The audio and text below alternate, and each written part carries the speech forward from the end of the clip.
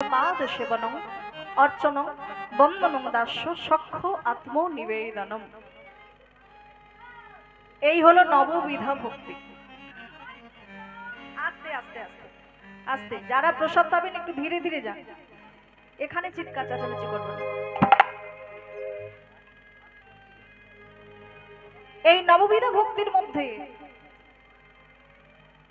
৩ নম্বর রাস্তা অনুসরণ করে যিনি ভগবানকে পেয়েছিলেন, বিষ্ণু শরণং, বিষ্ণুকে স্মরণ করে যিনি ভগবানকে পেয়েছিলেন তিনি হলেন ভক্ত প্রহ্লাদ।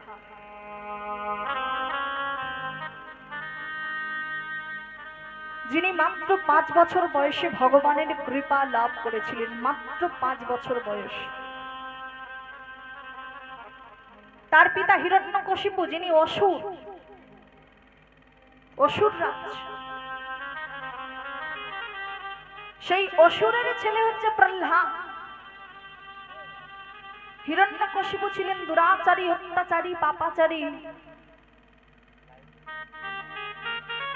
যার মধ্যে হরির প্রতি নেই কোনো শ্রদ্ধা, হরির প্রতি নেই কোনো ভক্তি, হরি তার চিরশত্রু। সেই হিরণ্যকশিপু, আবার হিরণ্যকশিপুর পিতাকে হরি বল, পিতা হলেন মহামুনি কশ্যপ। আর সেই কশ্যপ মুনি ছিল 13খানা স্ত্রী। 13খানা স্ত্রীর মধ্যে দিতি মায়ের গর্ভে 2টি সন্তান জন্মগ্রহণ করলেন, যাদের নামগুলো হলো হিরণ্যাক্ষ আর হিরণ্যকশিপু। এই 2টি ভাই ছিলেন অসুর। সুর মানে দেবতা, অসুর মানে দেবতাদের। তাই 2টি ভাই জন্মগ্রহণ করবার পরে স্বর্গ মর্ত পাতাল ত্রিভুবন তোলপাড় করছে। আর তাই না দেখে আজ মহাজন কি বললেন, ওই না কশ্যপ পরশে জন্ম,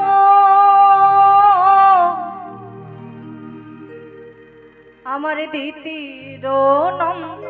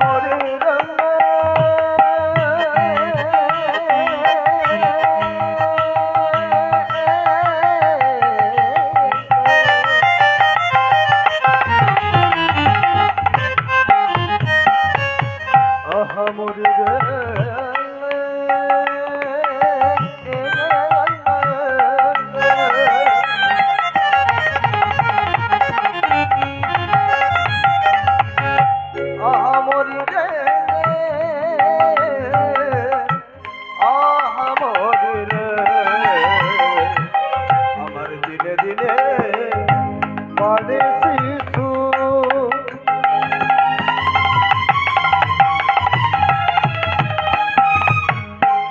শশী কলা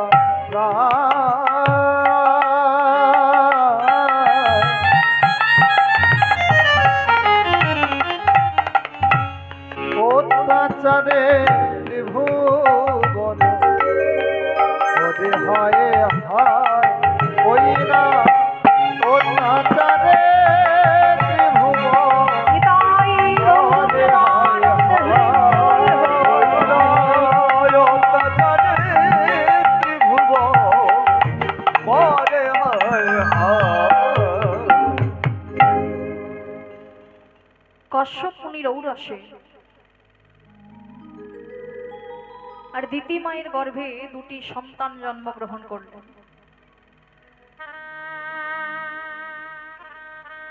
যাদের নামগুলো হলো হিরণাক্ষ আর হিরণ্যকশিপু। এই দুটি ভাই ছিলেন অসুর। তাই দুটি ভাই জন্মগ্রহণ করবার পরে স্বর্গ মর্ত্য পাতাল ত্রিভুবন তোলপাড় করছে। আর তার মধ্যে হিরণাক্ষ যিনি সৃষ্টিকর্তা ব্রহ্মার কঠোর তপস্যা করেছিলেন, আর সেই তপস্যায় সন্তুষ্ট হয়ে সৃষ্টিকর্তা ব্রহ্মা হিরণাক্ষের সামনে গিয়ে বললেন, হিরণাক্ষ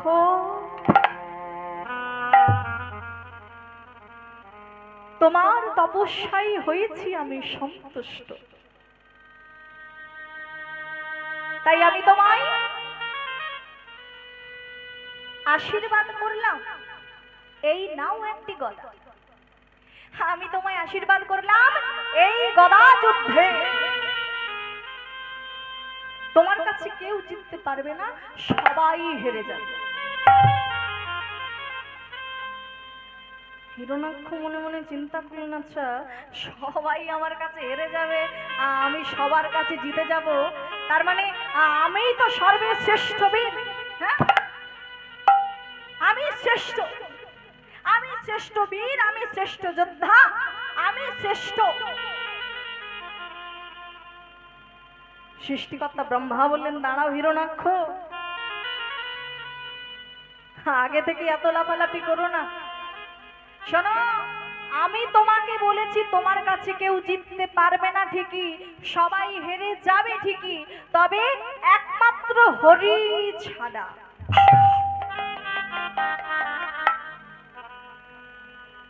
একমাত্র হরি ছাড়া বাকি সবাই তোমার কাছে হেরে যাবে।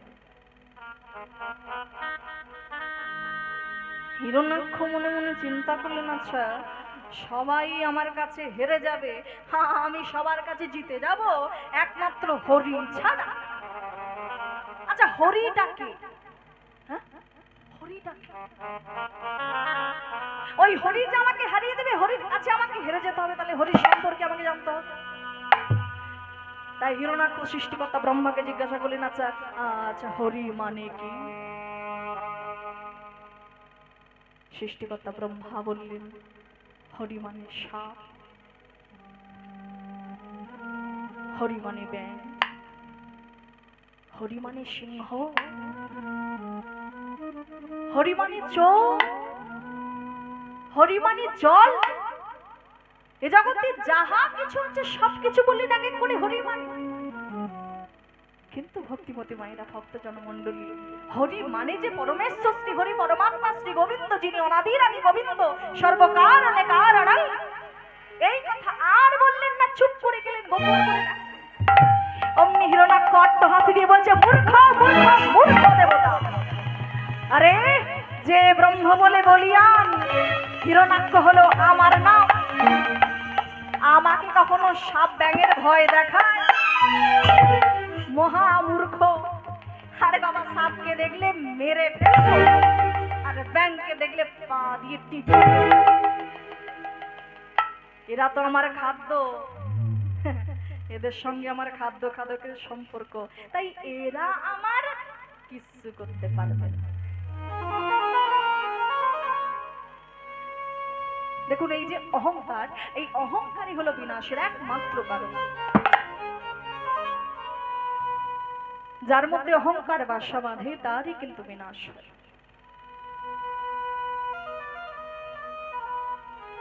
এই অহংকারের বশে হিরণাক্ষ কি করলেন, হাতে গদা নিয়ে স্বর্গ মর্ত পাতালে ত্রিভুবন তৎপর করছে, পথের মাঝে ঘুরে যাচ্ছে, আর যে ডাকেই দেখছে তাকে জিজ্ঞাসা করে বলছে, এই এই এই তুই কি হরি, এই তুই হরি,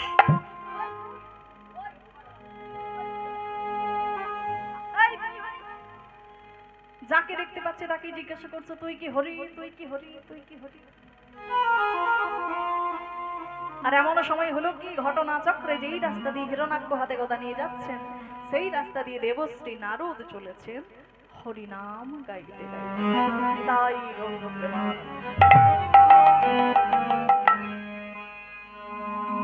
দেবশ্রী নারদ গো, তিনি সদা সর্বদা হরিনামেই মগ্ন থাকেন। তাই আজও তিনি হরিনাম গাইতে গাইতে চলেছেন। কেমন ভাবে, ওগো ছলো ছলো নয়নে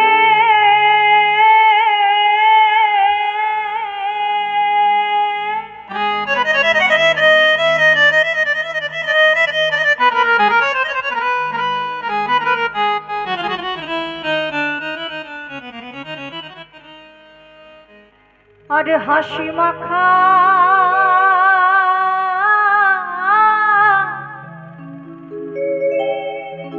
বদনে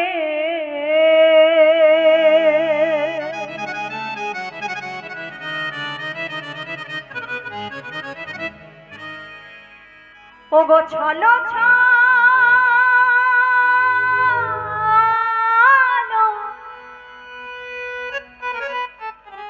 নয়নে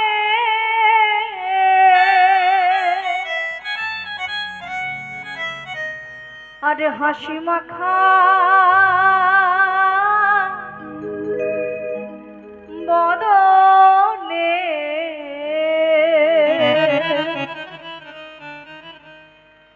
আনন্দ কাননে মন, আনন্দ কাননে মন মজয় বিরাট। ওগো হরি বল, হরি বল, মনরে আমার আমার, হরি বল, হরি বল, মনরে আমার। হাসি মাখা বদনে ছল ছল নয়নে, হাসি মাখা বদনে ছল ছল নয়নে, আনন্দ কাননে মন, আনন্দ কাননে মন মজয় নিধান। হরি বল, হরি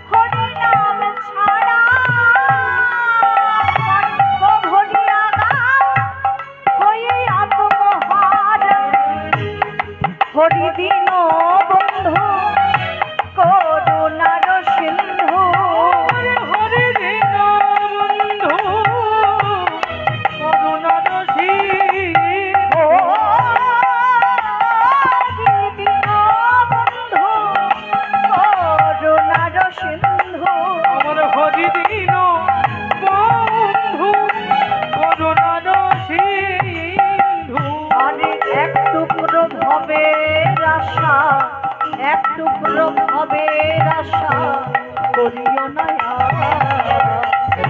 হরি বল হরি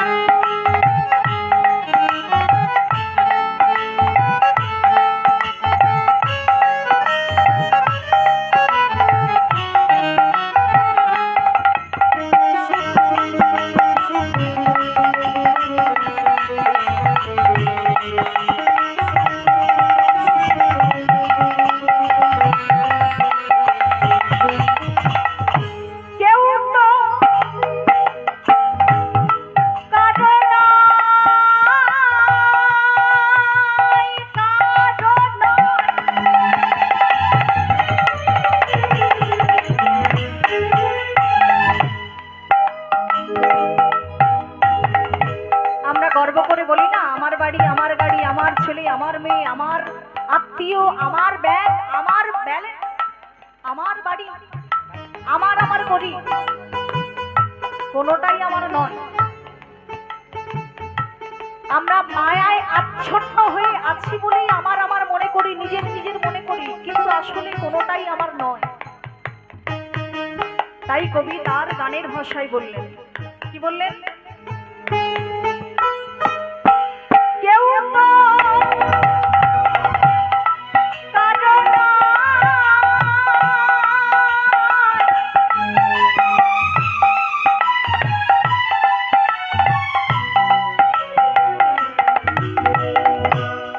এ কথাটি সত্য ভাবিয়া দেখো রে মন, তুমি যে অনিত্য।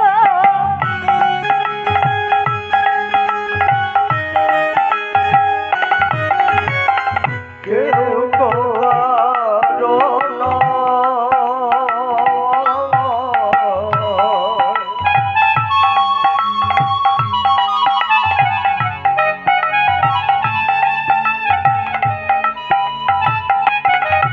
ওরে কেউ তো কারো নয়, এ কথাটি সত্য ভাবিয়া দেখো রে মন, সকলে অনিত্য।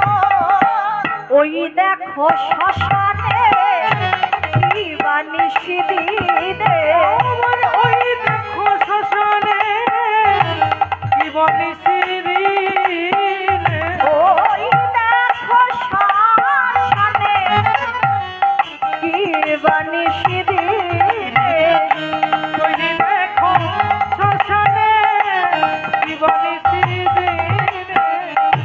আরে পুড়িছে মানুষের, পুড়িছে মানুষের কতই অহংকার। ওগো হরি বল হরি নিতাই হরি বল হরি বল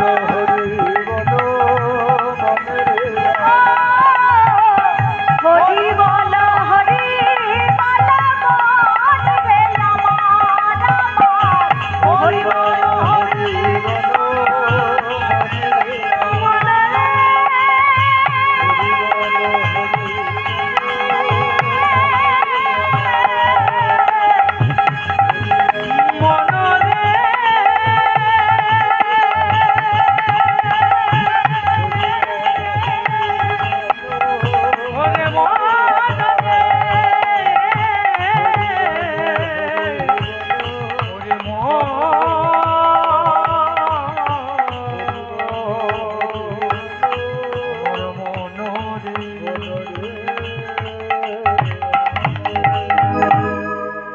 নারায়ণ নারায়ণ নারায়ণ। দেবশ্রী নারদ তিনি হরিনাম গাইতে গাইতে চলেছেন, আর এমন সময় হিরণাক্ষ হাতে গদা নিয়ে সামনে এসে ঘিরে দাঁড়ালেন। এই এই এই দাঁড়া দাঁড়া দাঁড়া দাঁড়া দাঁড়া, এই তুই কি হরি? সত্যি করে বল। সত্যি করে বল তুই কি হরি? দেবশ্রী নারদ বললি, না না গো না, আমি হরি হব কেন? আমি হরি নই গো, আমি হরি নই। হরি নয়? হরি নস তুই? তাহলে কে তুই? বল। তোর মুখে শুনেছি এক্ষুনি হরি নাম, বল তুই কে? বল বল বল। আগে আমি আমি হলাম হরির দাস। ও বাবা, হরির আবার দাস আছে নাকি রে? হ্যাঁ, কে হরি, কোথায় হরি তার নেই ঠিক, এ আবার হরি দাস এসেছে। এই এই এই, তুই যদি হরির দাস হয়ে থাকিস তাহলে বলতে পারিস তোর হরি থাকে কোথায়? বলতে পারিস? আগে অপরাধ নেবেন না, এমন কোনো জায়গা নেই যেখানে হরিকে আপনি পাবেন না। চুপ চুপ চুপ চুপ চুপ, স্তব্ধ মূর্খ অবোধ। তোর মুখ থেকে এই সকল তত্ত্ব কথা শুনবার জন্য আমি তোকে প্রশ্ন করিনি। আগে বল বল বল বল, কোথায় গেলে হরিকে পাবো সেটাই বল। আচ্ছা আচ্ছা, ঠিক আছে ঠিক আছে ঠিক আছে, তুমি এক কাজ করো, তুমি যে হরিকে দেখতে চাইছো তাহলে এক কাজ করো, ওই যে জল দেখতে পাচ্ছ না, ভালো করে দেখো দেখো দেখো, ওই যে জল দেখতে পাচ্ছ, যাও জলে গিয়ে ঝাঁপ দাও, দেখবে জলের তলায় হরি বসে আছে। এই তোর কি আমাকে দেখে পাগল মনে হয়, বোকা মনে হয় নাকি? হ্যাঁ, তুই বললি আর আমি চলে যাব? ওই জলে হরি আছে, মজা হচ্ছে আমার সঙ্গে, মজা হচ্ছে? আরে না না, আমি সত্যি বলছি গো, তুমি একটা অসুর, তোমার সামনে আমি মিথ্যে কথা বলতে পারি? আমার কি প্রাণের ভয় নেই? আমি সত্যি বলছি গো, যাও না তুমি, যাও জলে দেখবে, যাও দেখবে জলের তলায় হরি বসে। অমনি হিরণাক্ষ কি করলেন, হাতে গদা নিয়ে ছুটে গেলেন জলের মধ্যে, আর জলের মধ্যে গিয়ে একটা করে গদার বাড়ি মারে, চিৎকার করে বলে, কোথায় হরি, কোথায় হরি, কোথায় হরি? চারিদিকে হরিকে খুঁজে বেড়াচ্ছে, কোথায় হরি, কোথায় হরি, কোথায়? এমন সময় ভগবান শ্রীহরি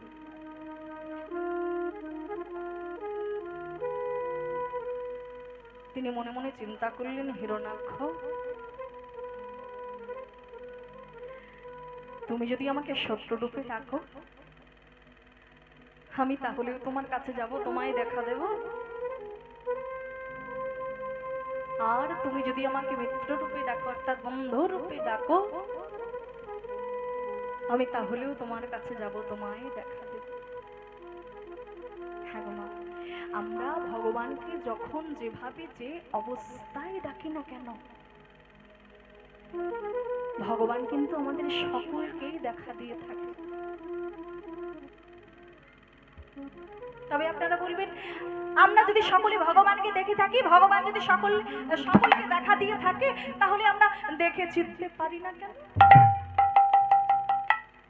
ক্ষমা, ওটাই তো সমস্যা, সব থেকে বড় সমস্যা ওটাই।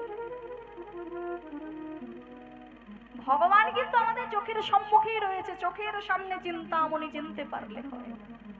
চিন্তামণি আমাদের চোখের সম্মুখেই রয়েছে, কিন্তু আমার হৃদয়ে যদি ভক্তি না থাকে, ভগবানের প্রতি ভালোবাসা শ্রদ্ধা যদি না থাকে, তাহলে সেই চিন্তামণিকে চেনার অন্য কোনো রাস্তা নেই।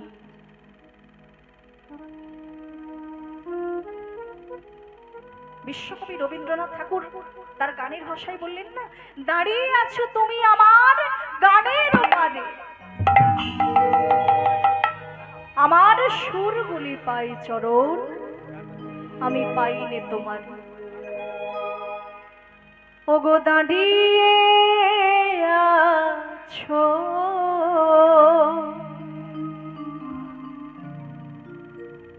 তুমি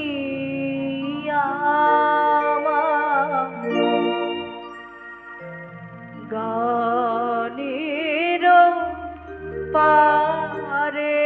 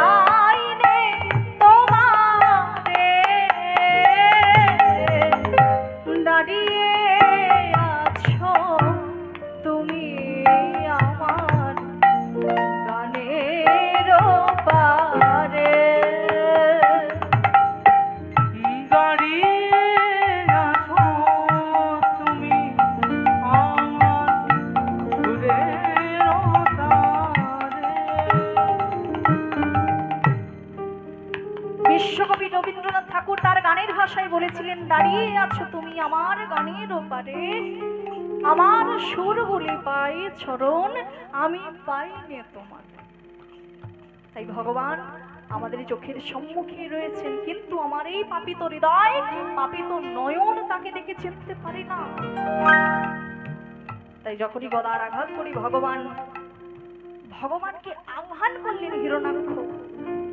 ভগবান তখন কি করলেন? বরাহ রূপ ধারণ করে। ও মা, বরাহ মানে কি জানেন?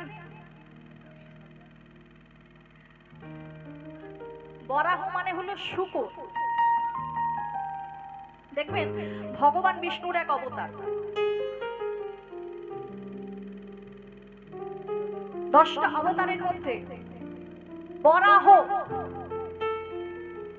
ও মা, এটা এত কথা বললে হবে না মাগো, কীর্তনটা বড় যন্ত্রণার জিনিস, বড় যন্ত্রণা।